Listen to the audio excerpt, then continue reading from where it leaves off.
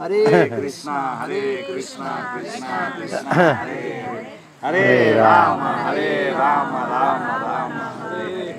ఆ మంత్రాలయం అంటే ఇది గొప్ప స్థానం, అది కూడా దివ్యమైన స్థానం, ఇది ఇంకా గొప్ప స్థానం. ఎందుకంటే రాఘవేంద్ర స్వామి వారు స్వయంగా ఆయన శిష్యుల కోసం, భక్తుల కోసం, నేను నీ దగ్గరికి వస్తా, నువ్వు నా దగ్గర రావక్కర్లా, ఆ భావనంతో ఇక్కడ ఉన్నాడు.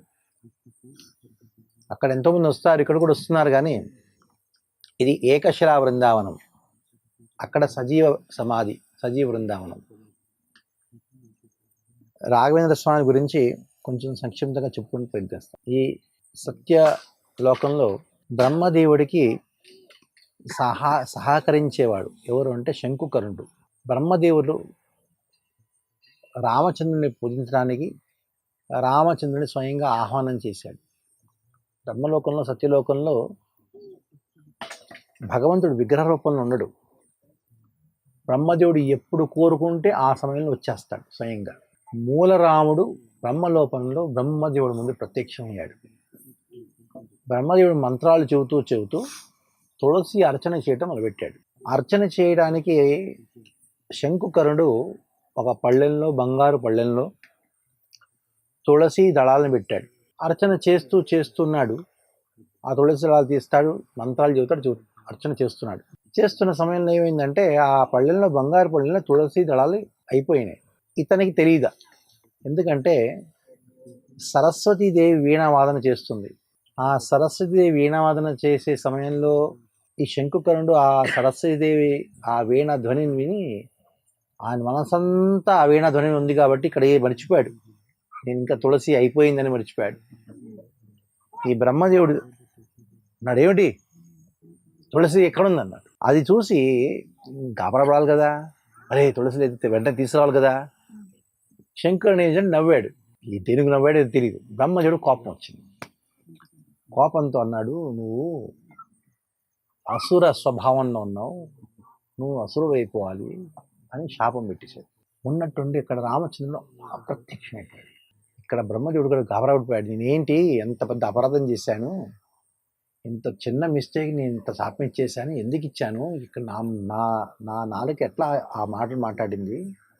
అక్కడ సరస్వతీదేవి కూడా బ్రహ్మదేవుడు చెప్పిందంట, నేనైతే వీణావాదన చేస్తుంటే ఆ వీణావాదనలో ఆ మగ్నుడై ఎట్లా అయ్యాడు, కానీ ఇతన్ని అంత శాపం పెట్టావేంటి, దాని వెనక ఆమెలో ఏదో ఉంటుంది, భగవంతుడిది ఏదో ఒక ప్రయోజనం ఉంటుందని ఆలోచించి అన్నాడు, నీకు 4 జన్మలు ఉంటాయి. ఒక జన్మ ప్రహ్లాదుడిగా, రెండోది బహిలిక, మూడోది వ్యాసతీర్థుల్లాగా, 4వది రాఘవేంద్ర స్వామిగా. బహిలిక శాంతను, బాహిలిక శాంతను యొక్క తమ్ముడు, అన్నయ్య. ఈ 4 జన్మలు వస్తాయి. నరసింహ పురాణంలో ఈ శ్లోకం వస్తుంది కూడా. భవిష్యత్తులో మంత్రాలయంలో రాఘవేంద్ర స్వామిగా శంకరుడు జన్మిస్తాడు అని దానికి ప్రమాణాలు కూడా ఉన్నాయి. ఇప్పుడు రామచంద్రుడు ఏ రామచంద్రుడినైతే బ్రహ్మదేవుడు పూజించాడు, అదే రామచంద్రుడిని బ్రహ్మదేవుడు నారద ఋషికి ఇచ్చాడు విగ్రహ రూపంలో. అట్లా ఈ విగ్రహం, మూలరామ విగ్రహాలు అట్లా ఒకళ్ళ నుంచి ఒకళ్ళు వస్తూ అది మధ్వాచార్యులకి తీసుకొచ్చింది. మధ్వాచార్యకి ఎట్లా వచ్చిందంటే, మధ్వాచార్యుల శిష్యులు ఎవరంటే నరహరి తీర్థులు. ఆ నరహరి తీర్థులు సన్యాసం పుచ్చుకున్న తర్వాత మధ్వాచార్యుని కలవటానికి వస్తున్నప్పుడు కోస్తాంధ్ర రీజన్లో విజయనగరం అక్కడ ఒక కాకతీయ రాజుల్లో ఒక రాజు చనిపోతే, చిన్న పిల్లవాడు, వాడిని రాజుగా పెట్టలేరు కదా, ఏనుగుకి ఒక మాలనిచ్చి పంపించారు. ఎవరి మెడలో అయితే ఆ ఏనుగు మాల ఇస్తుందో అతను రాజు అవుతాడు. అంటే ఆ పిల్లవాడు రాజు. ఈ ఏనుగు ఏం చేస్తుందంటే నరహరి తీర్థుల మెడలో రాదు. ఈ స్టోరీ ప్రభుపాల్ వారు చైతన్య చరితామృతం రాస్తారు. ఇది 12 సంవత్సరాలు దాదాపు ఆయన రాజుగా చేసి పిల్లవాడు పెద్దవాడిన తర్వాత నేను రాజ్యానికి ఇచ్చేస్తున్నాను అంటే ఆ పిల్లవాడు అన్నాడు, పెద్దవాడు అయిపోయాడు కదా, రాజు అయిపోయాడు, మీరు నా రాజ్యాన్ని రక్షించారు కాబట్టి చాలా నమ్మకంతో మీరు నాకు మళ్ళీ ఇచ్చేశారు కదా రాజ్యాన్ని, మీకు ఏది కావాలంటే తీసుకెళ్ళండి అంటే ఇప్పుడు మధ్వాచార్యులు చెప్పిన మాట గుర్తుకొచ్చింది. అక్కడ గజపతి ఆస్థానంలో కోశాగారంలో మూలరామ విగ్రహాలు ఉన్నాయి అన్నది. ఆ మూలరామ విగ్రహాన్ని తీసుకొని వస్తుంటే నరహర తీర్థులు అక్కడ ఆ ఖజానాలో అంత పెద్ద మంట కాలిపోయిందంత. మళ్ళీ ఆ మూలరాముడిని ఎట్లా ఇవ్వగలను, మీరు రండి అంటే మళ్ళీ వచ్చి ఏదో పూజ పునస్కారాలు చేసి మళ్ళీ ఆ మూలరాముని తీసుకొచ్చారు, మధ్వాచార్యులకు ఇచ్చారు. ఆ మధ్వాచార్యులు ఆయన తమ్ముడు, మధ్వాచార్యులు తమ్ముడు ఎవరు, విష్ణు తీర్థులు. ఆ పరంపరలో ఈ విగ్రహాలు రాఘవేంద్ర స్వామికి వచ్చినాయి. రాఘవేంద్ర స్వామి వారు ఆయన గురువుగారు సుధీంద్ర తీర్థులు, ఆయన గురువుగారు విజయేంద్ర తీర్థులు. విజయేంద్ర తీర్థులు ఎవరో చాలా గొప్ప మహనీయుడు. ఆయన కుంభకోణంలో ఆయన ఈ పాషండ మతాన్ని అనుసరించే బ్రాహ్మణులందరినీ జయించి, వాదనలో జయించి, ఆ సమయంలో కుంభకోణం అంటే అక్కడ ఎవరు అందరూ నాస్తికులు ఉండేవాళ్ళు ఆ టైంలో, అయిపోయారు అట్లా. విజయేంద్ర తీర్థుల వల్ల ఆ కుంభకోణం మళ్ళీ వైదిక సాంప్రదాయానికి వచ్చింది, వైదిక సాంప్రదాయ చేతులు వచ్చింది. అక్కడ చక్రపాణి, సారంగపాణి ఆ విగ్రహాన్ని పూజించడం, అక్కడ కుంభేశ్వరుడు ఉన్నాడు, ఆ కుంభేశ్వరుడిని సేవ చేయటం విజయేంద్ర తీర్థులు మొదలుపెట్టారు. రాఘవేంద్ర విజయ అని ఒక గ్రంథంలో ఆ కుంభకోణం యొక్క మహిమని ఎన్నో శ్లోకాల్లో వర్ణిస్తున్నారు. ఆ విజయేంద్ర తీర్థుల వల్ల కుంభకోణం ఎట్టయిందంటే గేహే గేహేత పండిత, ప్రతి ఒక్క ఇంట్లోనూ ఒక పండితుడు ఉండేవాడంట. అంత అద్భుతంగా ఈ కుంభకోణాన్ని ఆ స్థాయికి తీసుకొచ్చారు విజయేంద్ర తీర్థులు. విజయేంద్ర తీర్థులు కుంభకోణం పంపించింది ఎవరో కాదు, స్వయంగా వ్యాసతీర్థులే. ఎవరు వ్యాసతీర్థులు? ఎవరు? రాఘవేంద్ర స్వామి కింద జన్మ వ్యాసతీర్థులే. కుంభకోణానికి పంపించారు, నువ్వు కుంభకోణానికి వెళ్ళి అక్కడ మధ్వమతాన్ని స్థాపన చేయని. ఆ విజయేంద్ర తీర్థులు శిష్యులు సుధీంద్ర తీర్థులు శిష్యుడు రాఘవేంద్ర స్వామి. ఈ రాఘవేంద్ర స్వామి యొక్క పుట్టుక గురించి మన రాఘవేంద్ర విజయలో రాసింది. ఈ రాఘవేంద్ర విజయ అనే ఆ గ్రంథాన్ని రాసిన వాళ్ళు ఎవరో కాదు, ఈ రాఘవేంద్ర స్వామి యొక్క వాళ్ళ అక్క కుమారుడు, అంటే మనం అంటాం మేనల్లుడు రాసింది. నారాయణాచార్య ఆయన రాశారు రాఘవేంద్ర విజయ అనే గ్రంథాన్ని. ఆ గ్రంథాన్ని రాసినప్పుడు దానిలో 16 సర్గలు ఉన్నాయి, 16 చాప్టర్స్ ఉన్నాయి. అది రాసి రాఘవేంద్ర స్వామికి చూపించారు, నేను ఇవన్నీ రాశాను మీకోసం అంటే. రాఘవేంద్ర స్వామి ఏమన్నారంటే, మధ్వాచార్యుల్ని స్తోత్రం చేసే మధ్వాచార్యుల యొక్క జీవన చరిత్రని రాసిన గ్రంథం ఎవరో కాదు, నారాయణ పండితాచార్యులు రాశారు. దానిలో కూడా 16 సర్గలు ఉన్నాయి. నా చరిత్రలో కూడా 16 సర్గలు ఉంటే అది నేను ఒప్పుకోను. 6 సర్గలు ఉన్నాయి, దాన్ని చించి పారేశారు. ఇప్పుడు మనకి కేవలం 10 సర్గలు మాత్రమే ఉన్నాయి. అట్లా రాఘవేంద్ర స్వామి వారు పుట్టింది భువనగిరి అని తమిళనాడు దగ్గర ఒక చిన్న ఊరు. తమిళనాడుకి వాళ్ళ తండ్రి ఎందుకు వెళ్ళారంటే, రాఘవేంద్ర స్వామి వాళ్ళ తాతగారు ముత్తాతగారు అందరూ విజయనగర సామ్రాజ్యంలో పెద్ద గొప్ప పండితులు. స్వయంగా కృష్ణదేవరాయలకి వీణావాదన నేర్పించేవాళ్ళు.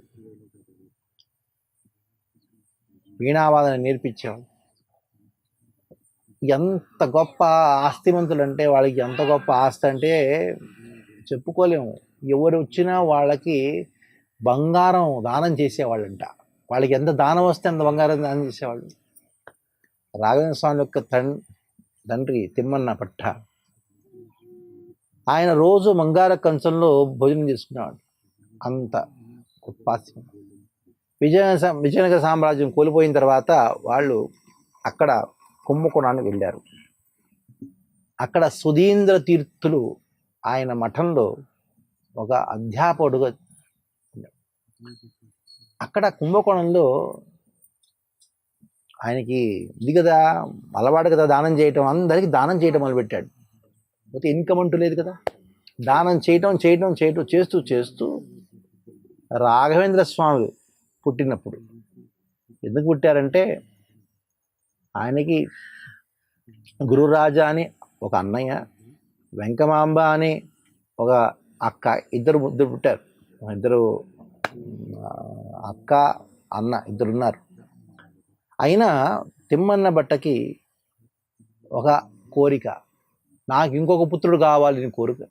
ఆ కోరికతో తిరుపతికి వెళితే ఆ వెంకటేశ్వర స్వామి స్వయంగా ఆశీర్వాదం ఇచ్చాడు. ఆయన నీకు ఒక కుమారుడు పుడతాడు, ఆ కుమారుడికి నువ్వు నా పేరే పెట్టు అని వెంకటనాథ అని పేరు పెట్టారు. రాఘవేంద్ర స్వామి పుట్టుక పేరు ఏంటంటే వెంకట, పూర్వాశ్రమ పేరు వెంకటనాథ.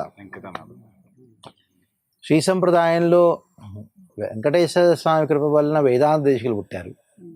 మత సంప్రదాయం వెంకటేశ్వర కృప వలన రాఘవేంద్ర స్వామి, వెంకటనాథ. ఇప్పుడు వెంకటనాథకి విద్యాభ్యాసాని కోసం తిమ్మన్న భట్ట పంపించారు. ఎక్కడ పంపించారు? ఆయన మధురైకి పంపించారు. ఎందుకంటే ఆ వెంకమాంబ అంటే వెంకట భట్ట రాఘవేంద్ర స్వామి అక్కగారు, ఆయన ఆ అక్కగారి యొక్క భర్త మధురైలో ఉన్నవాడు. ఆ మధురైలో ఆయన శిక్ష వ్యాకరణం అని నేర్చుకుంటూ ఉంటారు. అక్కడే ఆయన వివాహం కూడా జరిగింది. ఎవరిది?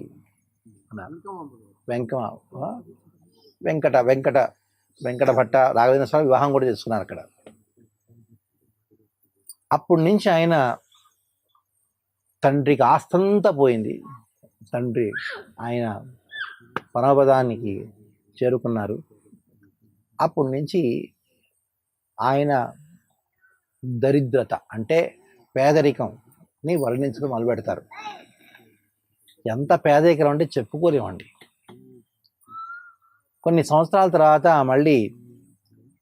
ఆయన మళ్ళీ ఇంకా విద్యాభ్యాసం చేయటానికి వివాహం అయిన తర్వాత కూడా ఎక్కడికి వచ్చారు? కుంభకోణానికి వచ్చారు.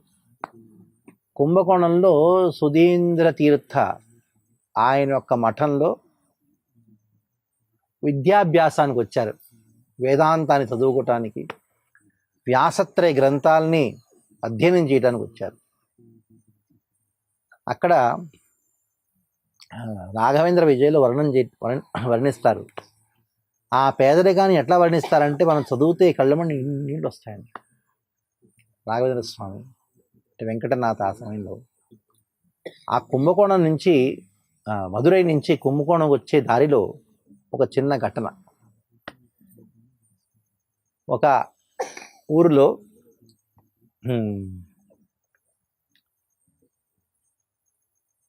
ఒక అగ్నీశ్వర అని ఒక దేవాలయం ఉంది. అక్కడ దర్శనం చేసుకొని స్తోత్రాలు పాడుతున్నారు.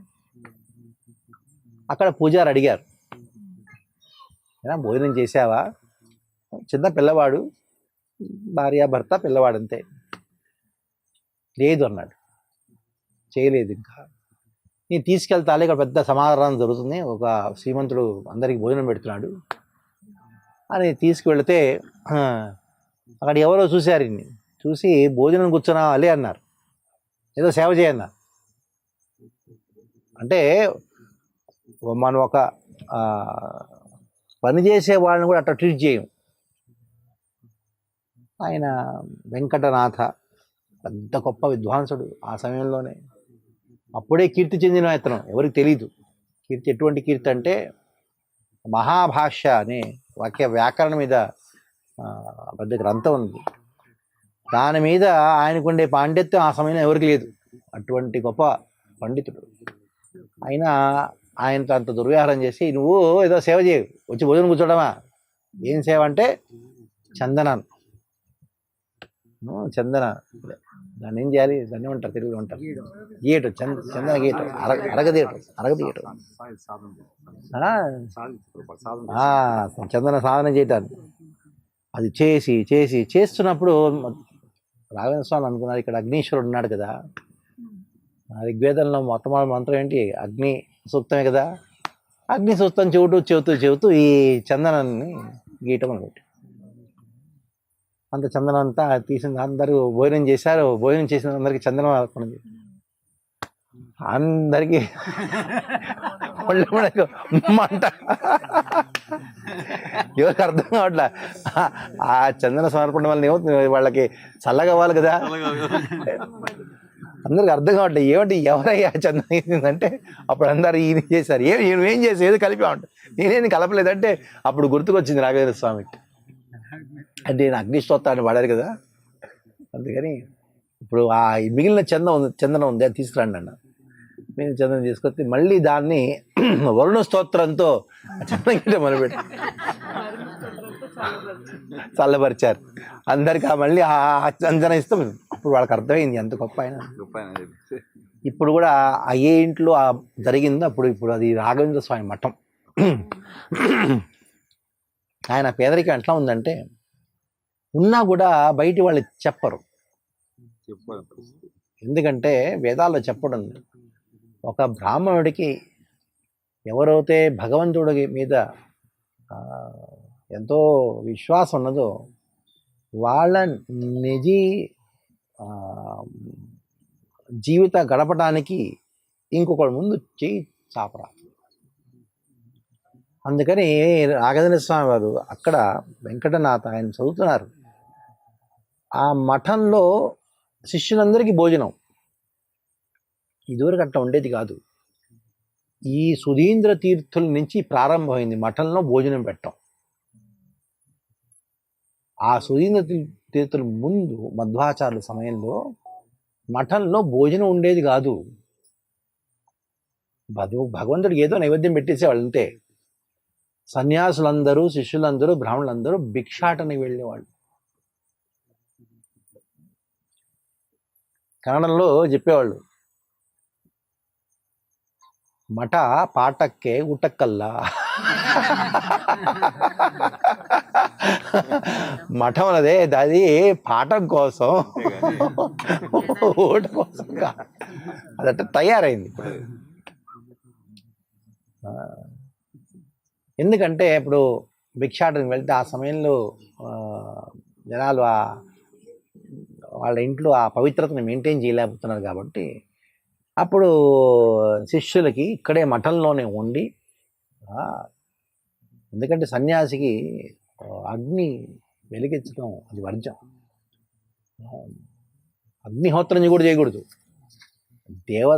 దేవతారాధనకి సంబంధించిన అగ్నిహోత్రం చేయొచ్చు, కానీ మిగతా కర్మల్లో చేసే ఆ అగ్నిహోత్రం అదే మన వంట కోసం కూడా అగ్ని కూడా అది వర్జమే. దీనికోసం అంటే ఒకసారి ఏమైందంటే ఒక మధ్వ సన్యాసి విజయ్ ధ్వజ తీర్థ, చిన్న పిల్లవాడు, ఎంత 8 ఏళ్ళు 9 ఏళ్ళు పిల్లవాడు అంతే. ఆయన సన్యాసి. ఆ టైం చాలా ఆకలిస్తుంది కదా, ఒంటరిగా వెళుతున్నాడు. సన్యాసి ఒంటరిగానే వెళ్తారు, ఆయనకి ఎవరు శిష్యులు ఎవరు లేరు. ఎంతో ఆకలిస్తే ఏం చేశాడంటే అక్కడ వనంలో ఉండే కందమూలాలు తీసుకొచ్చి అక్కడ ఎండిపోయిన ఆకుల్ని అగ్ని వెలిగించి ఏదో వండుకోవడానికి ప్రయత్నించాడు అంతే. అదే సమయంలో ఏదో సన్యాసి వచ్చారు.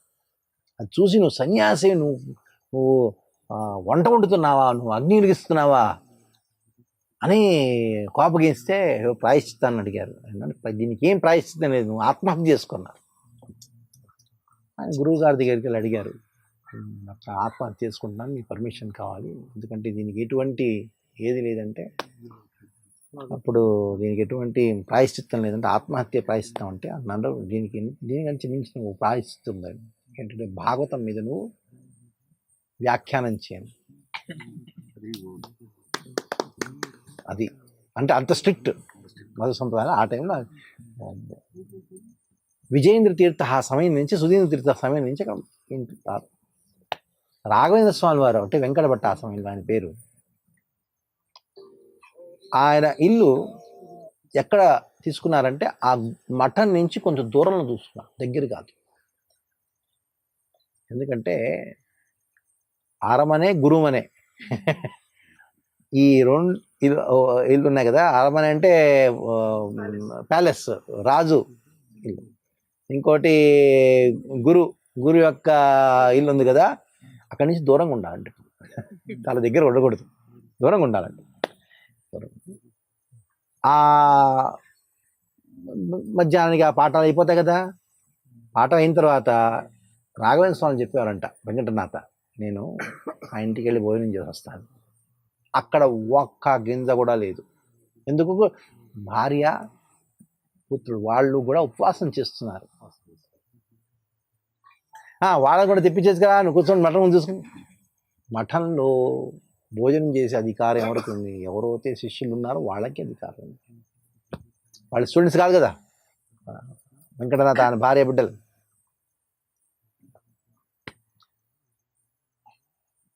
ఏమైందంటే ఒకసారి ఏదో శిష్యులు అన్నారంట. ఆ టైంలో రాఘవేంద్ర స్వామి అంటే వెంకటనాథ శిక్షణ కూడా గ్రహించేవాడు, శిక్షణ కూడా ఇచ్చేవాడు, పాఠం కూడా చెప్పేవాడు.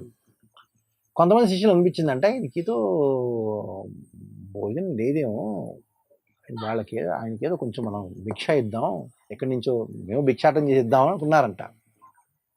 అది తెలిసి రాఘవేంద్ర స్వామి అంటే వెంకట భట్ ఏం చేశాడంటే, భోజనం చేసే మునుపు అంగారక అంటారు, దాన్ని ఎవరైతే వేసుకున్నారో భోజనం చేసినట్టే అది వేసుకొని మంచులు తాగి వేసుకొని వచ్చేసేవాళ్ళంట పాఠం చెప్పడానికి. అటువంటి పరిస్థితి మనకి 15 రోజులకు ఒకసారి ఏకాదశి అవుతే, వెంకటనాథకి ప్రతిరోజు ఏకాదశి. 10 రోజులకు ఒక పూట భోజనం సగం కూడా దొరికేది కదంట. ఎట్లా ఆయన మేనేజ్ చేశాడు, ఎట్లా ఏం చేశాడు, ఏ కుటుంబంలో పుట్టాడు ఆయన? ఎవరైతే బంగారు కంచంలో 3 పూట భోజనం చేసే ఆ సమయం ఆ కుటుంబంలో పుట్టి ఈ పరిస్థితి. ఇప్పుడు ఎవరైనా అడగచ్చు, ఆ భగవంతుడు అటువంటి ఆచారం ఈ పరిస్థితి ఎందుకు పెట్టారంటే, సుధీంద్ర తీరు తెలీదా ఆయన పరిస్థితి? ఈ ప్రపంచందరికీ ఒక బోధ, ఒక శిక్ష ఇవ్వటానికి. సన్యాసులు ఎవరవ్వచ్చు అంటే, ఎవరిలో అటువంటి ఓర్పు ఉందో వాళ్ళు మాత్రమే సన్యాసి అవ్వచ్చు. అటువంటి సమయంలో అటువంటి పరిస్థితులు ఉన్న వెంకటనాథ సన్యాసం పుచ్చుకున్న తర్వాత లక్షల కొద్ది మందికి భోజనం పెడుతున్నారు. ఇప్పుడు కూడా సమాధిలో ఉండి కూడా లక్షల కొద్ది మంది. రాఘవేంద్ర స్వామి పేరు తీసుకొని ఏ పనైనా చేయండి సిద్ధం అవుతుందండి.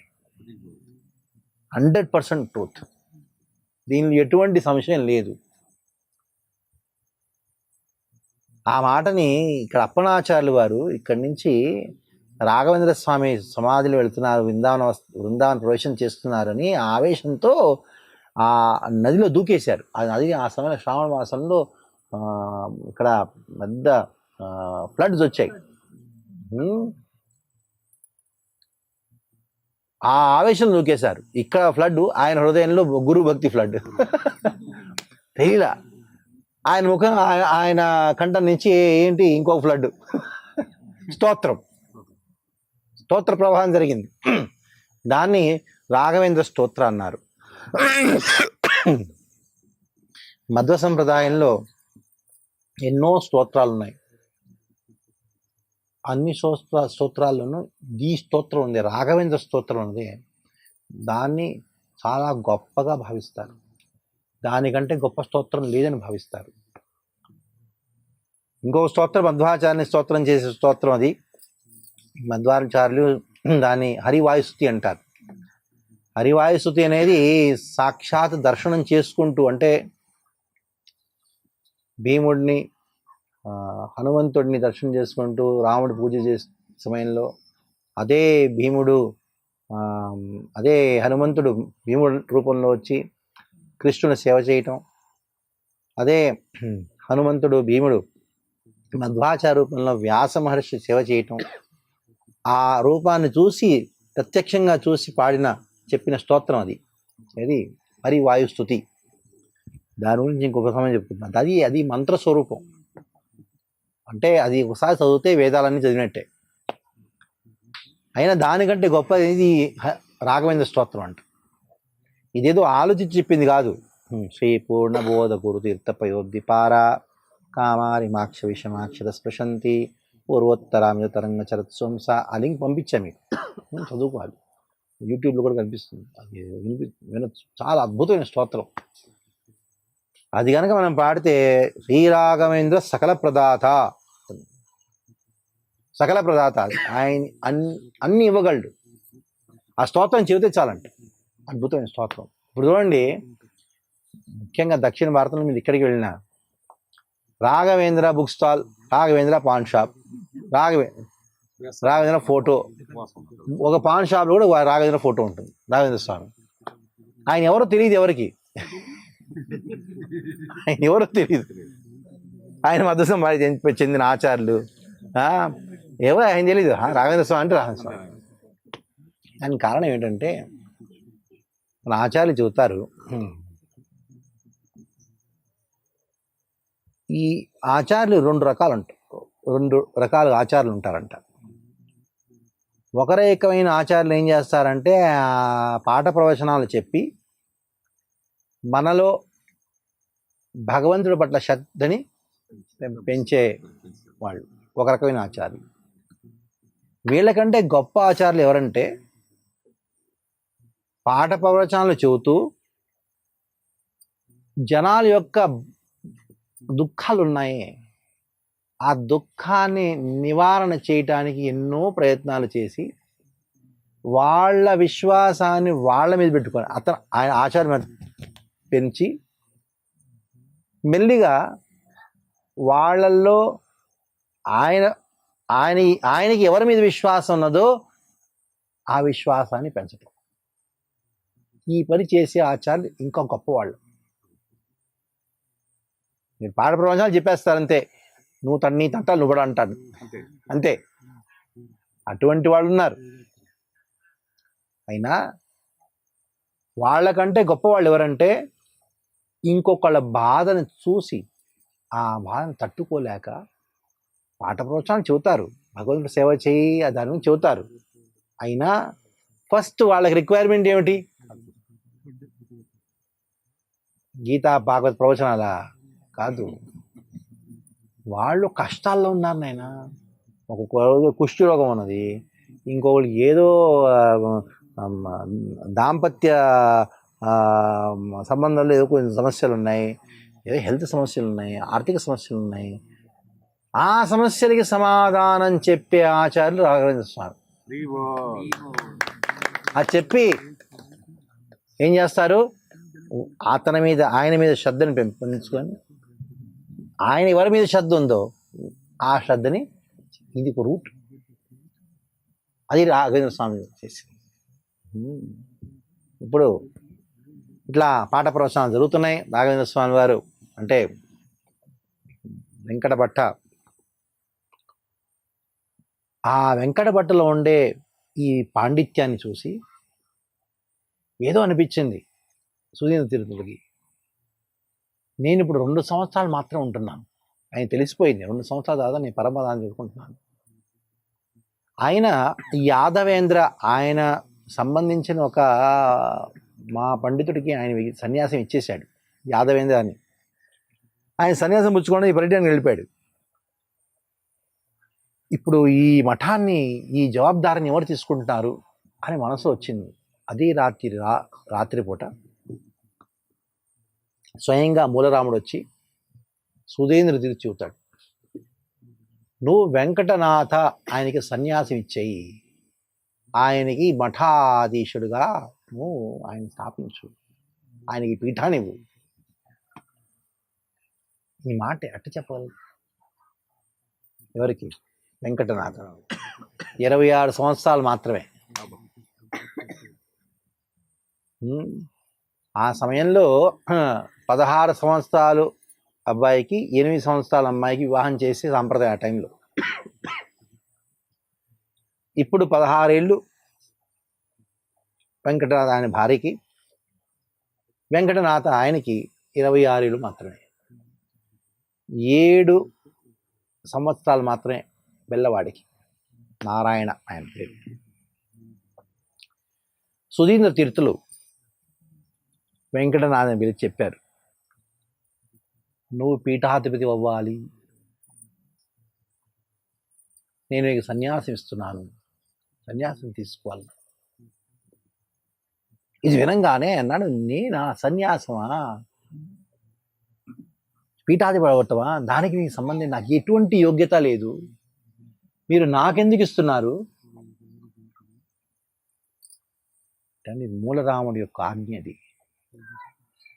నువ్వు తప్పితే ఇంకా మధ్వ సంప్రదాయాన్ని రక్షించే వాళ్ళు ఎవరు లేరు, నువ్వు సన్యాసం పుచ్చుకో. ఇప్పుడు రాఘవేంద్ర స్వామి వెంకటనాథ్ అంటారు, బాలా భార్య బాలకో నోపనీత, బాలా భార్య అంటే నా భార్య చిన్న వయసు,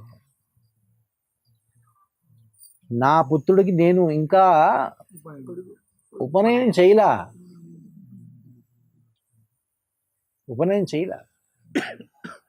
అదే కాకుండా నాకు సన్యాసం పుచ్చుకునే యోగ్యత లేదు, ఎందుకంటే నాకు ఇంకా వీళ్ళ పట్ల నాకు ఒక ఆసక్తి ఉన్నది. అదే మీరు కనుక ఇంకా చెబితే నేను ఇక్కడి నుంచి వెళ్ళిపోతా, మీరు ఫోర్స్ చేస్తే వెళ్ళిపోతా అని చెప్పి. ఇది విన్న తర్వాత సుధీంద్రుడికి చాలా సంతోషమైంది. ఇతని ఎంత బాధ్యత కలిగిన వాడు చూడు. అంటే ఈ భార్యని ఎవరు చూసుకుంటారు అని ఒక బాధ్యత ఆయనకు ఉంది. ఈ పిల్లవాడికి ఇంకా నేను ఉపనయనం చేయలేదు, నేను ఈ గృహస్థ సంసారాన్ని ఎట్లా త్యాగం చేయగలను ఇట్లా అనుకుంటున్నాడు. కాబట్టి ఎవరైతే గృహస్థ ధర్మాన్ని చక్కగా చేస్తున్నారో, ధర్మాన్ని పాలిస్తున్నారో, బాధ్యతలను నిర్వహించడానికి సిద్ధంగా ఉన్నారో, వాళ్ళ ఇంటిని చక్కగా చూసుకోగలిగిన వారే మఠాన్ని చూసుకోగలరు. Right candidate.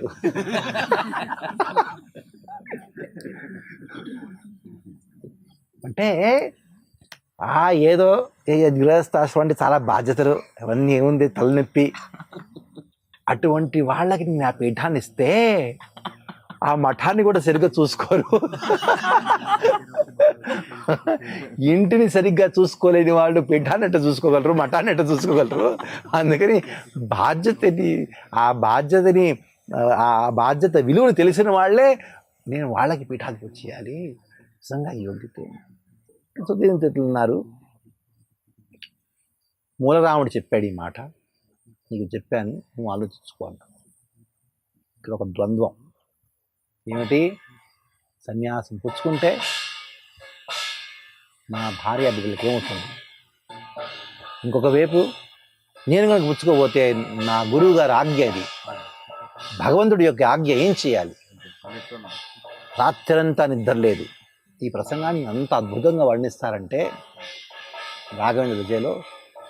ఆ ప్రసంగాన్ని మనం చదువుతూ ఉంటే, ఆ కావ్యరూపంలో చదువుతూ ఉంటే, సంస్కృతంలో చదువుతూ ఉంటే కళ్ళము నీళ్ళు వస్తాయి.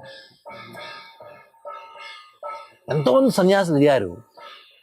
రాఘవేంద్ర స్వామి ఆయన సన్యాసం పుచ్చుకుని ఆ ప్రసంగం ఉన్నదే, ఆ ప్రసంగం నా భూతో నా భవిష్యత్తు, నా భూతో నా భవిష్యత్తు. అటువంటి ప్రసంగం ఎక్కడ లేదు. అక్కడ ఆచార్యులు చెబుతారు, పీఠానికి ఎవరికి ఇవ్వాలంటే ఎవరు వద్దంటారో వాళ్ళకి ఇవ్వాలంట.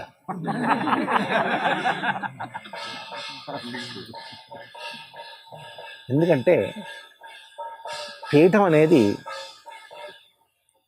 ఒక రాజ్యం, శక్తులకు రాజ్యం, అది భూమి రాజ్యం. ఇది ఇంకొక రాజ్యం, వేదాంత సామ్రాజ్యం. ఇప్పుడు రాజులు ఏం చేస్తారు, వాళ్ళు భూమిని పరిపాలిస్తారు. అదేముంది, అదేం పెద్ద గొప్పతనం లేదు దానిలో.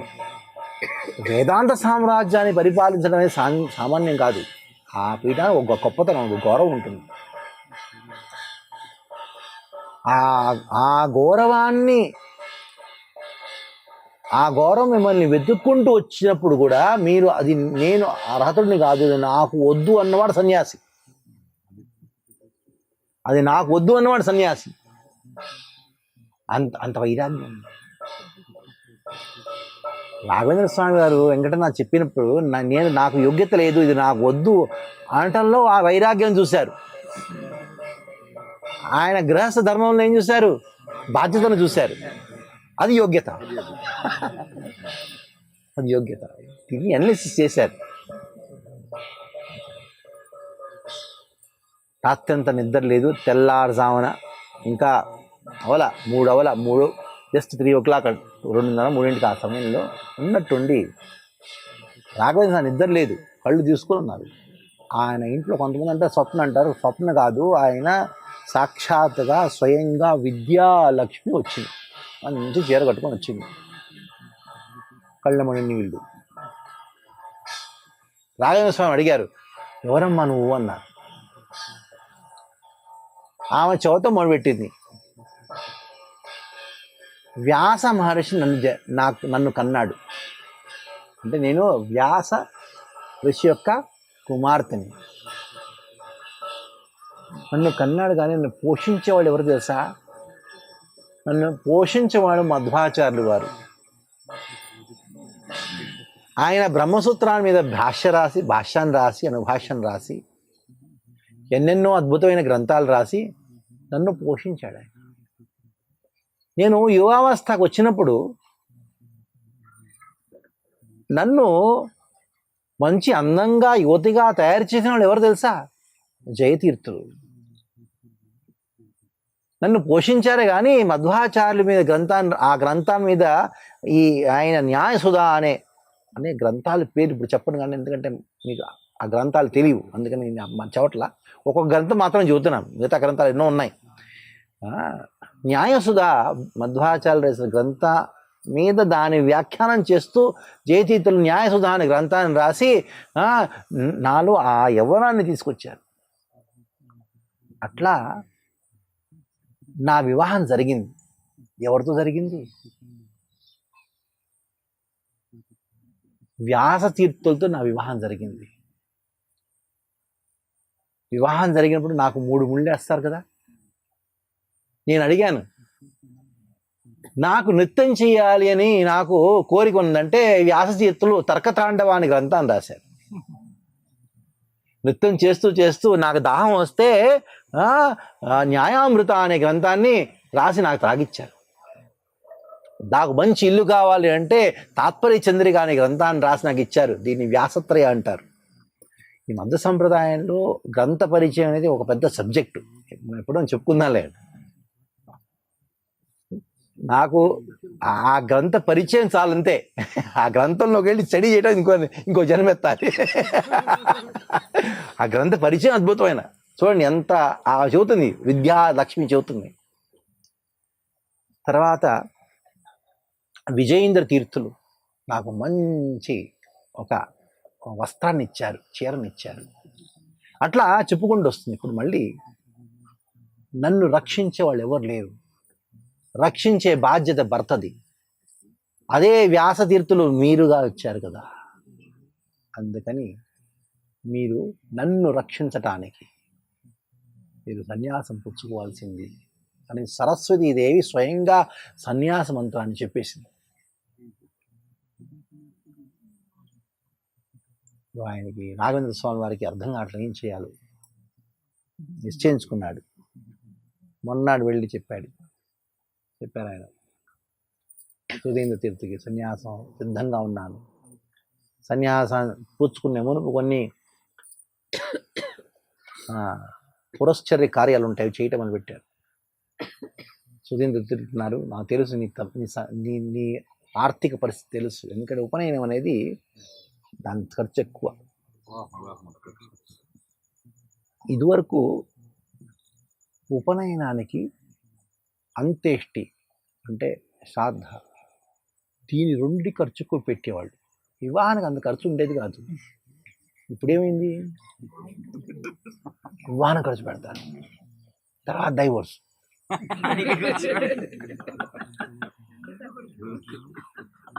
వివాహానికి మీరు ఎవరిని పిలిచినా పిలవకపోయినా పర్వాలేదు, కానీ ఎవరిని చనిపోతే కంపల్సరీ మొత్తం మన విలేజ్ అందరినీ పిలవాలి వస్తుంది, మన గ్రామంలో ఉండాలని పిలవాలి కంపల్సరీ. ఆయన పేరు తెలిసిన అందరినీ పిలవాలి. మీ తాతగారు చనిపోయారు అనుకోండి, మీ తాతగారి పేరు తెలుసును అటువంటి వాళ్ళు కూడా పిలవాలి, భోజనం పెట్టాలి, అప్పుడే. అట్లాగే ఉపనయనం కూడా, ఆ ఉపనయనం చేయాలి. సుధీంద్ర తీర్థుల ముందు వెంకటనాథ ఆయన కుమారుని కూర్చోబెట్టుకొని, తొళ్ళ కూర్చోబెట్టుకొని ఉపనయనం చేస్తున్నారు. వెంకటనాథ ఆయన భార్యకి తెలిసిపోయింది సన్యాసం పుచ్చుకున్నది, కరుణాకరణి అంటే తెలిసిపోయింది. అయినా బయట ఒక్క మాట కూడా చెప్పాల. వెంకటనాథ సన్యాసం పుచ్చుకోవటం అంటే ఏమిటి, ఆమె ప్రాణం పోయినట్టే కదా. ఆ పరిస్థితిలో ఆ కుమారుని కూర్చోబెట్టుకొని ఉపనయన సమయంలో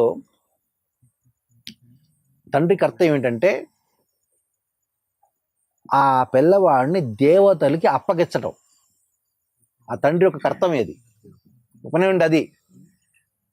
జనాలు ఏమనుకుంటా అంటే ఇది ఏదో మంత్రాలు చదువుతాము, ఇవన్నీ ఒక ఉపచారం మాత్రమే, ఔపచారికత అంటారు కదా, రిచువల్ అనుకుంటారు. ఇక్కడ రాఘవేంద్ర స్వామి చెబుతున్నారు, అగ్ని మా పుత్రుడిని నీకు సమర్పిస్తున్నాను అని చెప్పే సమయంలో రాఘవేంద్ర స్వామికి ఆయన వెంకటనాథ్ కళ్ళమ నీళ్ళు వచ్చినాయి. ఇది ఒక ఉపచారం మాత్రం కాదు, ఇది రిచువల్ మాత్రం కాదు, ఇది నిజంగా అవబోతుంది, నిజంగా అవబోతుంది.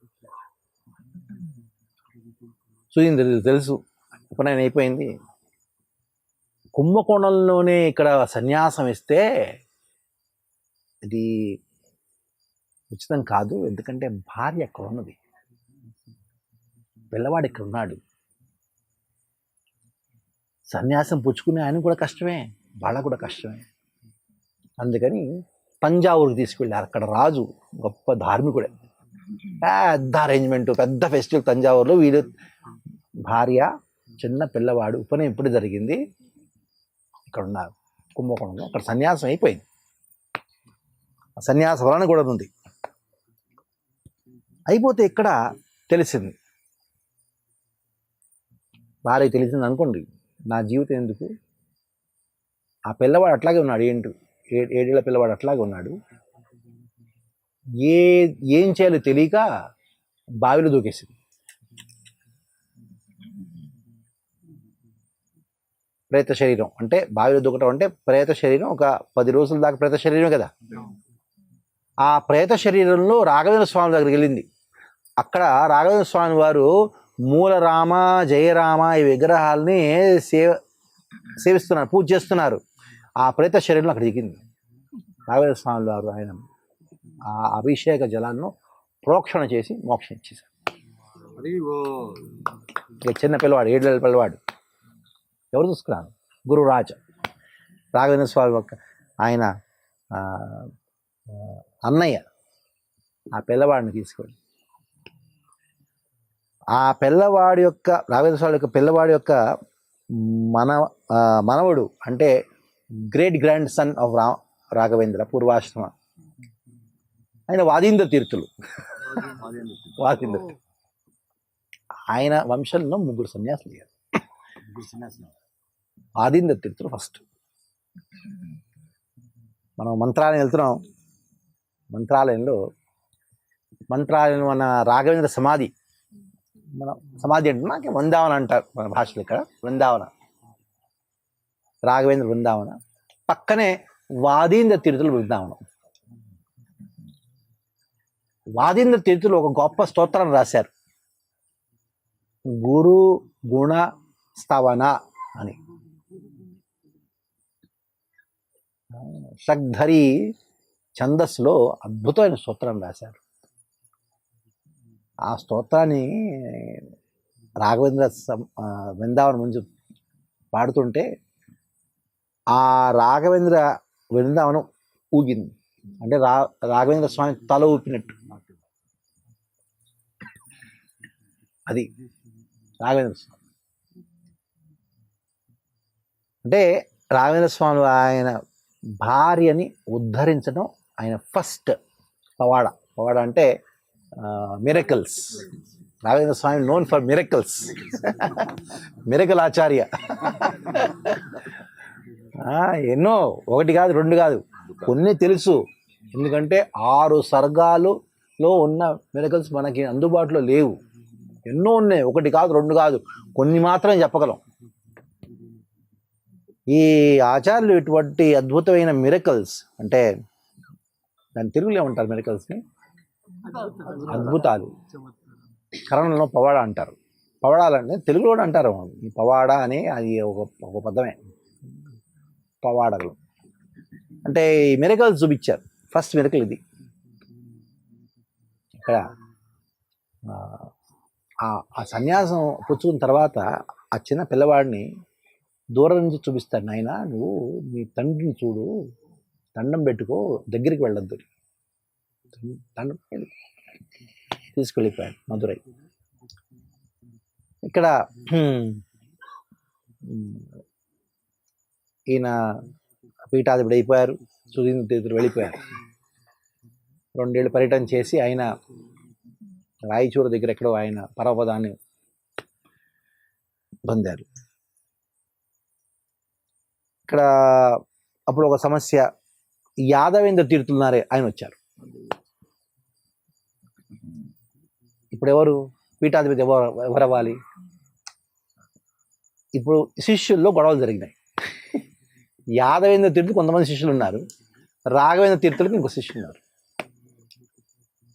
ఇప్పుడు రాఘవేంద్ర స్వామి పేరు కూడా మూలరామ పేరుని మీద పెట్టారు.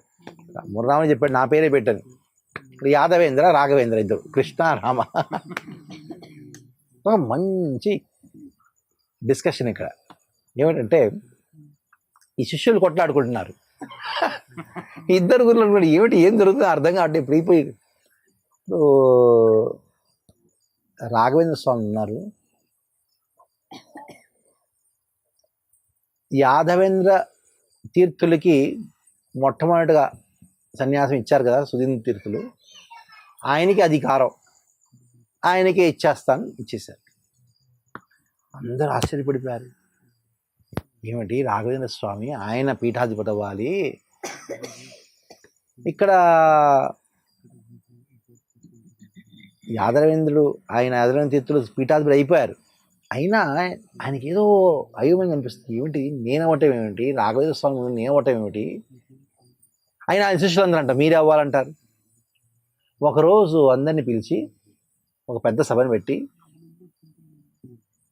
ఈయన పేరు రాఘవేంద్ర తీర్థులు, నా పేరు యాదవేంద్ర. యాదవేంద్ర అంటే కృష్ణుడు, రాఘవేంద్ర అంటే రాముడు. రాజ్యాన్ని ఏలింది రాముడు.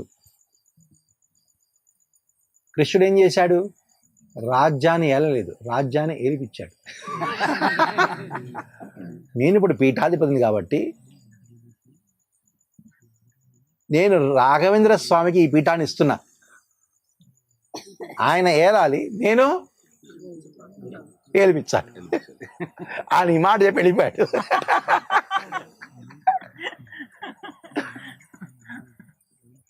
అట్లా రాఘవేంద్ర పీఠాన్ని చక్కగా నిర్వహిస్తున్నారు. ఇప్పుడు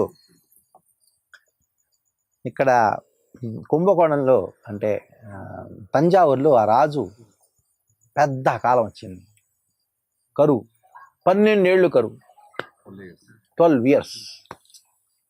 ఆ సమయంలో సుధీంద్ర తీర్థులు ఆ కుంభకోణ మఠం ఉన్నది, మధ్యమఠం ఉన్నది కుంభకోణంలో, సుధీంద్ర తీర్థ మఠం అంటారు.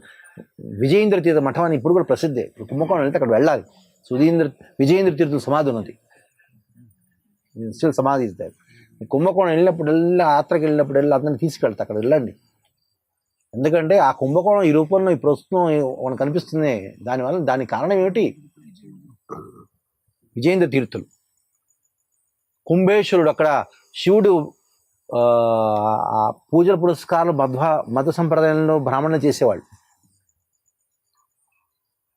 అక్కడ వాళ్ళకి ఎంత ఆస్తి అంటే ఆ మఠానికి, ఆ రాజు సైనికులకి ఎవరైనా ఎప్పుడైనా వచ్చి ఆ మఠంలో భోజనం పెట్టారు. అంత ఆస్తి ఎక్కడి నుంచి వచ్చింది?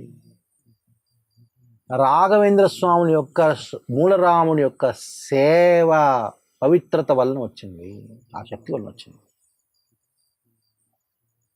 ఒక చోట ఒక పద్యంలో రాశారు,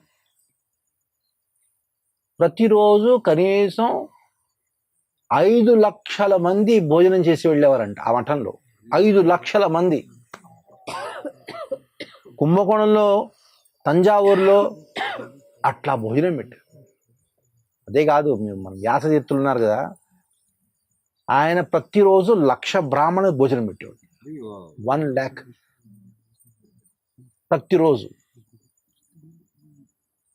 ఇవ్వండి, మీరు భారతదేశంలో ఏ మఠానికి ఎక్కడికి వెళ్ళినా కూడా ఈ మద్దబట్టాల్లో దొరికిన భోజనం ఎక్కడ దొరకదు. 1000 సంవత్సరాల క్రితం ఏ టేస్ట్ ఆ టేస్ట్ ఇప్పుడు కూడా అదే అవుతుంది. చేంజ్ చేయరు. అన్ని చోట్ల చైనా అయిపోయి ఇక్కడ చేంజ్ చేయడు. ఇది ఎక్కడి నుంచి వస్తుంది కానీ శక్తి. కర్ణాటకకి వెళితే అన్ని టెంపుల్స్లోనే భోజనం పెడుతున్నారు. ఇప్పుడు ఎక్కడి నుంచి మొదలైందంటే ఉడిపి నుంచి మొదలైంది. ఎందుకు? అక్షయ పాత్ర. మధ్వాచార్యులు ఎవరు కాదు, భీమసేనుడే కదా. అట్లా ఈ అద్భుతమైన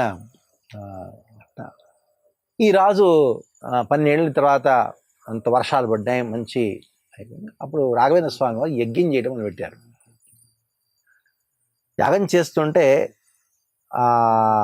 చాలా ప్రసన్నచిత్తుడై ఈ రాజు వెంకట భూపాలపని గోపన భూపాలపని అని ఆయన ఒక అద్భుతమైన ఒక హారాన్ని ఇచ్చారు, డైమండ్ నెక్లెస్ ఇచ్చారు.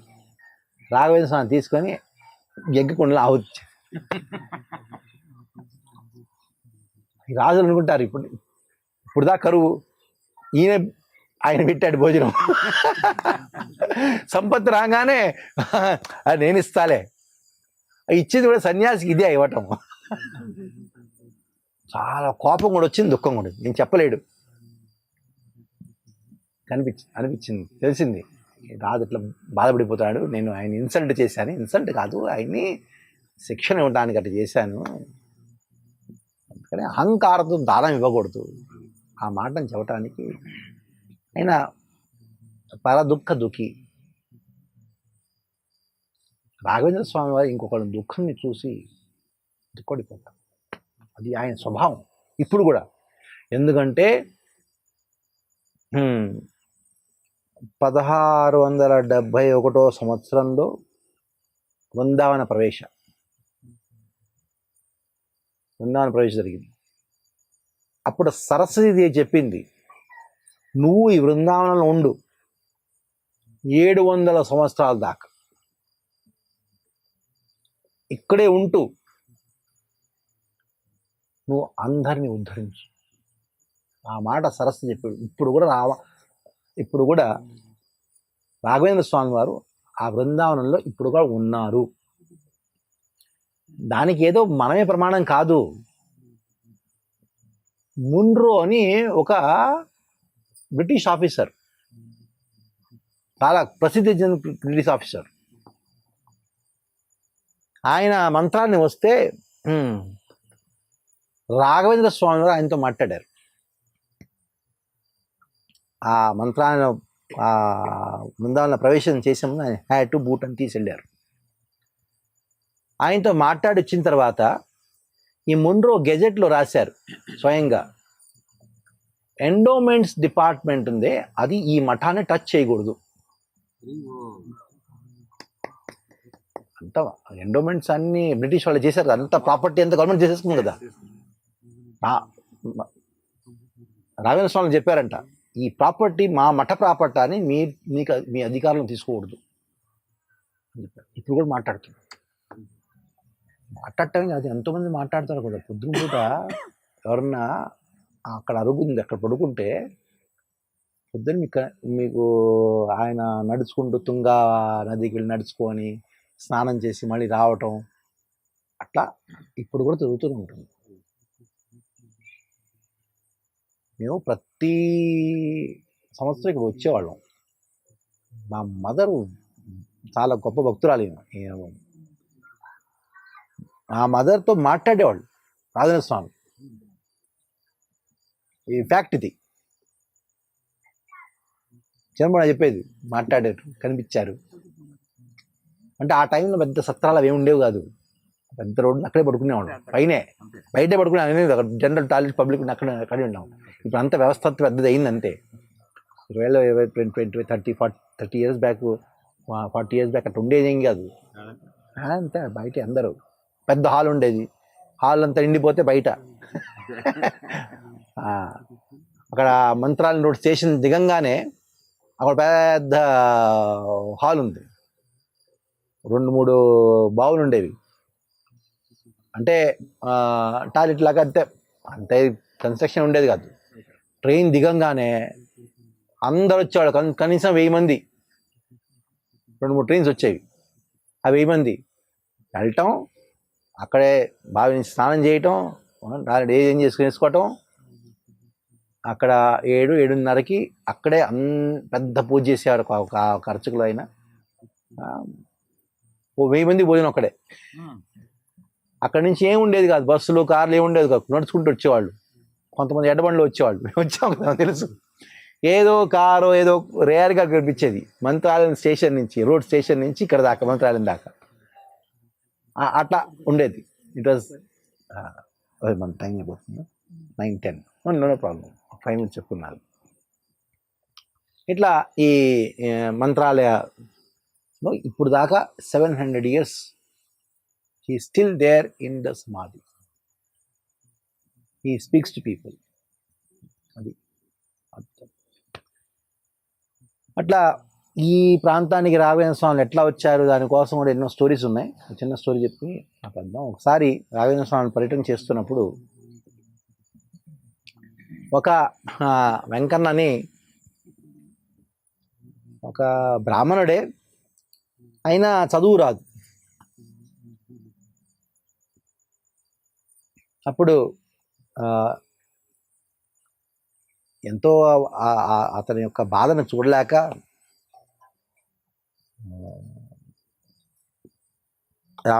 మన రాఘవేంద్ర స్వామి వాళ్ళు చెప్పారు, నీకు ఎప్పుడైనా కష్టం వస్తే నన్ను గుర్తుపెట్టుకున్నాను, నన్ను స్మరించు.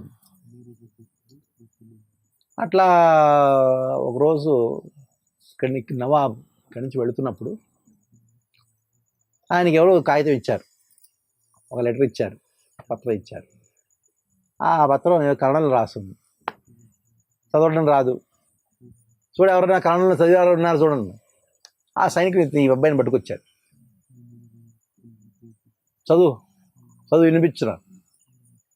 తనకి చదవడం రాదు అని చెప్పి, నాకు చదవడం రాదనండి. నువ్వేంటి బ్రాహ్మణుడు, ఏమి చదవడం రావడం ఏంటి, నువ్వు నా ఆజ్ఞ పాలించలే, నేను నరికేస్తాను. నాకు ఆ కష్టం వచ్చినప్పుడు ఏం చేశాడు తను, రాఘవేంద్ర స్వామి తలుచుకొని చదవడం మళ్ళీ చదివేశాడు. అది ఏది చదివాడు, దానికి అర్థం చెప్పమన్నాడు, అర్థం చెప్పమన్నాడు. అర్థం చెప్పడం మొదలుపెట్టాడు. దానిలో ఏం రాసిందంటే, ఈ నవాబుకి కబురు వచ్చింది, మీరు బలానా డిస్ట్రిక్ట్ మీద మన సైనికులు జయించారని, ఇంకోటి మీకు పుత్రుడు పుట్టాడు. సంతోషంగా ఏం చేశాడంటే, నువ్వు చక్కగా చదివావా, ఇంత మంచి న్యూస్ వచ్చింది, నేను నా అడ్వైజర్గా చేస్తాను. తర్వాత అతను ఎంత విద్వత్తు వచ్చిందంటే, ఆయన మొత్తం ఈ ప్రాంతానికి దివాన్ అయిపోయాడు. చీఫ్ సెక్రటరీ, దివాన్ అంటే చీఫ్ సెక్రటరీ అయిపోయాడు. 10 సంవత్సరాల తర్వాత రాఘవేంద్ర స్వామి ఇదే ప్రాంతానికి వస్తే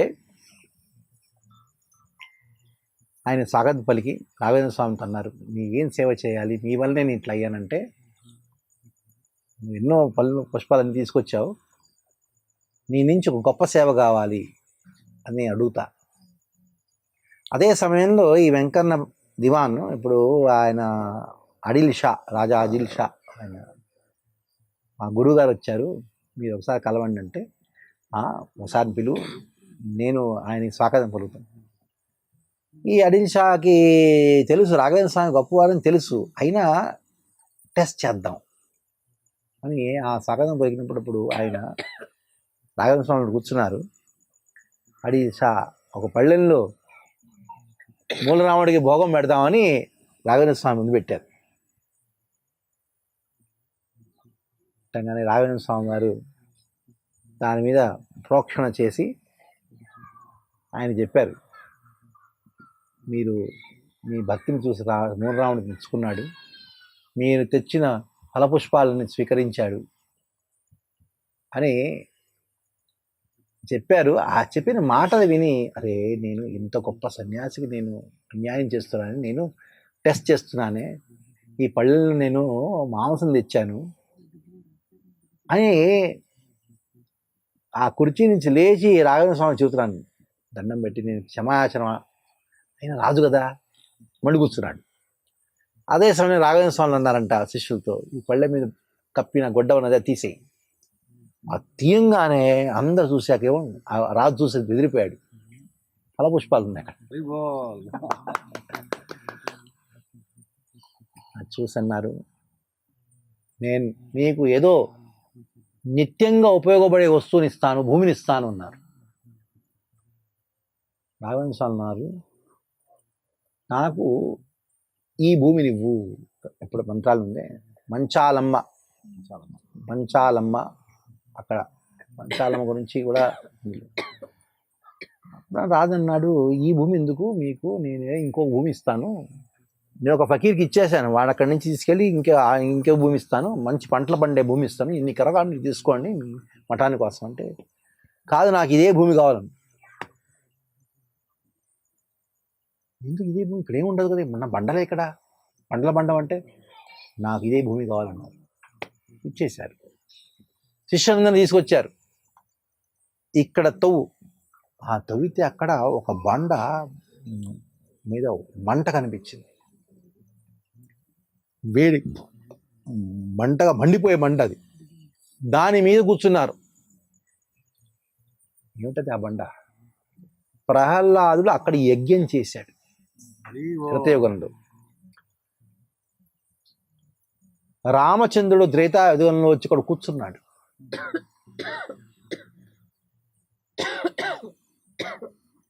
అదే కాకుండా ద్వాపర యుగంలో కృష్ణుడు అర్జునుడితో పాటు వచ్చి ఇక్కడ ఎవరితోనో పేరు మర్చిపోయాను, అక్కడ యుద్ధం జరుగుతుంటే అర్జునుడు ఓడిపోతున్నాడు. అప్పుడు కృష్ణుడు చెప్పాడు, ఆయన నుంచున్నాడు మీ శత్రువు, ఆ స్థానంలో ఎవరు నుంచుంటారో వాళ్ళు ఈ ప్రపంచాన్ని జయించే సామర్థ్యాన్ని సాధిస్తారు. అందుకని నువ్వు ఒక ఫర్లాంగ్ వెనక్కి వెళ్ళు. వెళ్ళంగానే రాగానే అడ్డించి అర్జునుడితో పోరాడుతూ వచ్చాడు కదా, ఆ క్షేత్రం నుంచి బయటికి రాగానే అర్జునుడు పంపించాడు. కృష్ణుడు అట్లా వచ్చాడు క్షేత్రం. సుధీంద్ర తీర్థుల యొక్క నవబృందావనాన్ని ఆఖరి బృందావనం స్థాపన చేశారు. నవబృందావనం ఎక్కడ ఉంది? హంపీలో ఉంది. వెళ్ళారు నవబృందావనం ఎప్పుడైనా? ఆ నవబృందావనంలో ఒక ఐలాండ్ అది. రామచంద్రుడు వచ్చినప్పుడు లక్ష్మణుడితో సీత అక్కడ ఉన్నప్పుడు లక్ష్మణుడితో వచ్చాడు. సీత లేదు ఆ టైంలో. లక్ష్మణుడితో మాట్లాడుతూ ఆ దీపాన్ని చూసి నవ్వాడంట.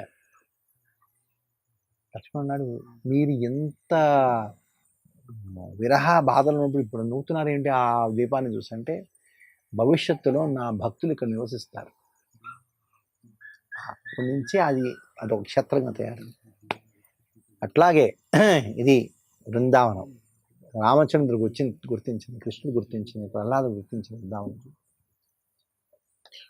ఇక్కడ 700 సంవత్సరాల దాకా, అంటే 1671 నుంచి 700 years ఎంతైంది ఇప్పుడు? 2371. ఇప్పుడు దాకా ఎన్ని సంవత్సరాలు అయింది? 353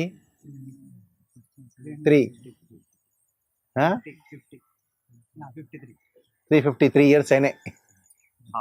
హాఫ్ అయినాయి, ఇంకా హాఫ్ ఉంది. అట్లా ఎన్నెన్నో కథలు ఉన్నాయి, మధ్యలో ఎన్నెన్నో కథలు ఉన్నాయి. రాఘవేంద్ర స్వామి వారిని గురించి మీరు రేపు తుంగా నదిలో స్నానం చేయండి. తర్వాత కొంచెం లోపలికి అట్టు వెళితే అడగండి ఎవరన్నా, రాఘవేంద్ర స్వాములు ముందు ప్రత్యక్షమైన వెంకటేశ్వర స్వామి విగ్రహం, అక్కడ ఆ చిన్న దేవాలయం అక్కడ, దాని పక్కనే మీరు అడగాలి. అక్కడ ఒక అర్చకులు, ఆయన దగ్గరే అధికారం ఉన్నది మృత్తికే ఇవ్వటానికి. రాఘవేంద్ర స్వామి మృత్తికే అంటే ఆయన బృందావనం దగ్గర ఉండే ఆ మట్టి, దాన్ని మృత్తికే అంటారు. రాఘవేంద్ర బృందావన మట్టికి మృత్తికే.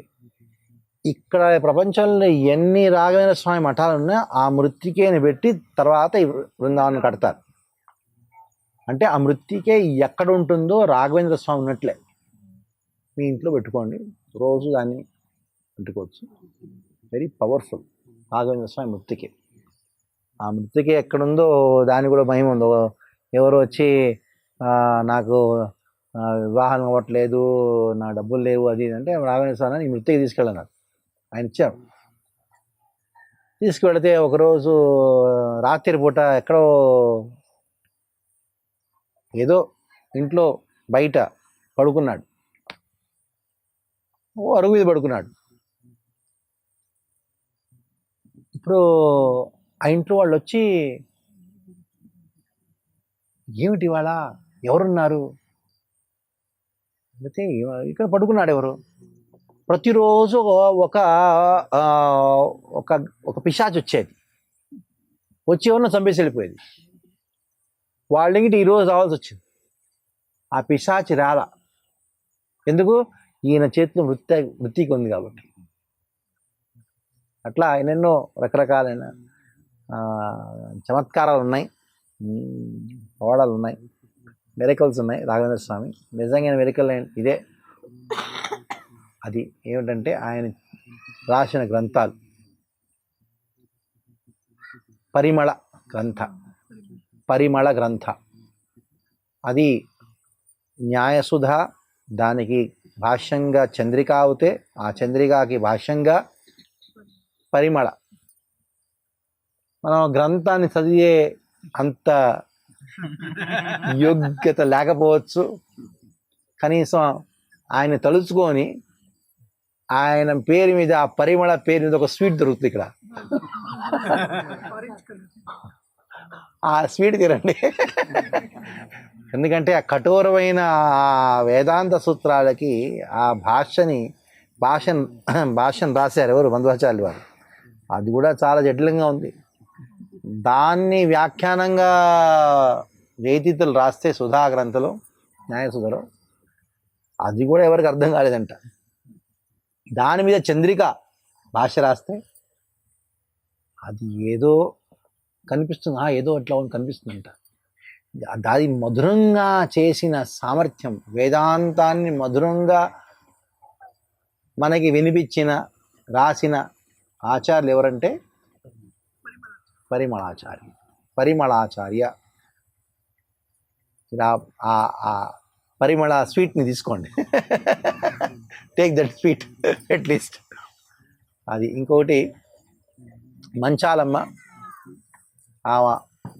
టెంపుల్ ఉంది, అక్కడ చూసుకొని అదే తిరుగుతాయి. These are the places to visit. అది కాకుండా మీకు ఇంకా టైం ఉంటే కనీసం 2 hours పడుతుంది. ఎగ్జిబిషన్ ఉంది, కొత్తగా చేశారు. ఆ ఎగ్జిబిషన్ అంతా చూడండి. అంత చాలా టెక్నికల్గా ఉంది ఎగ్జిబిషన్. అయినా అది ఎంత సీక్రెట్ పెట్టారంటే మొబైల్స్ అలౌ చేయరు, మొబైల్లో ఫోటో తీస్తారు. అది అంటే భూగోళ వైకుంఠ వర్ణన ఎగ్జిబిషన్ అంతా ఉంది. అది చూడటానికి కనీసం 5 hours పడుతుంది. అయినా కనీసం మీకు 1 hourలో అయిపోతుంది. మొత్తం చదివితే 5 hours పడుతుంది. అవన్నీ చూడండి. హరే కృష్ణ కృష్ణ కృష్ణ హరే హరే హరే రామ రామ రామ హరే హరే. హరే కృష్ణ. మన కోసమే కమల్ లోచన్ ప్రభు చాలా దూరం వచ్చారు. మళ్ళీ ఇప్పుడు ఇంకో పని మీద మళ్ళీ ఇద్దరం కలిసి వెళ్తున్నాం ఇంకో దగ్గరికి. మన అందరి తరఫున అందరం మనము హరే కృష్ణ మహామంత్రం 3 సార్లు జపం చేస్తూ ప్రభు గారికి మన యొక్క ధన్యవాదాలు కృతజ్ఞతలు తెలుపుతున్నాం. హరే కృష్ణ కృష్ణ కృష్ణ హరే హరే హరే రామ రామ రామ హరే హరే హరే కృష్ణ కృష్ణ కృష్ణ హరే హరే హరే రామ రామ రామ హరే హరే హరే కృష్ణ కృష్ణ కృష్ణ హరే హరే హరే రామ రామ రామ